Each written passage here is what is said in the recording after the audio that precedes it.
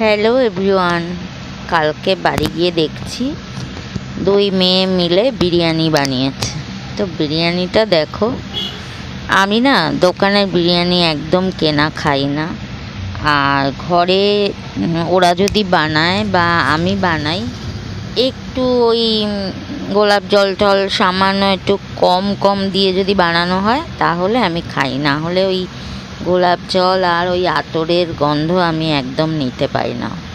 তো চিকেন নিয়ে গেছিলাম, চিকেন দিয়ে চিকেন বিরিয়ানি বানিয়েছে। তো কি বলবো তোমাদের, দেখো চিকেনের কালারটা দেখো, আর চিকেনটা বেশিরভাগই লেগ পিসটাই ছিল। তো খুব সুন্দর হয়েছিল বিরিয়ানিটা খেতে। আমি তো ভালোবাসি না, কিন্তু কালকে যেন খেতে বসে মন পোষাচ্ছে না, মনে হচ্ছে আরও একটু খাই। লাস্টে মেয়েকে বলেই ফেললাম যে আর একটু আমাকে দে।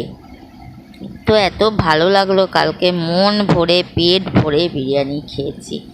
এত সুন্দর হয়েছিল খেতে, তোমাদের কি বলবো, জাস্ট মানে ফাটাফাটি। কালারটা দেখো, আমার খুব ভালো লেগেছে, খুব ভালো হয়েছিল বিরিয়ানিটা।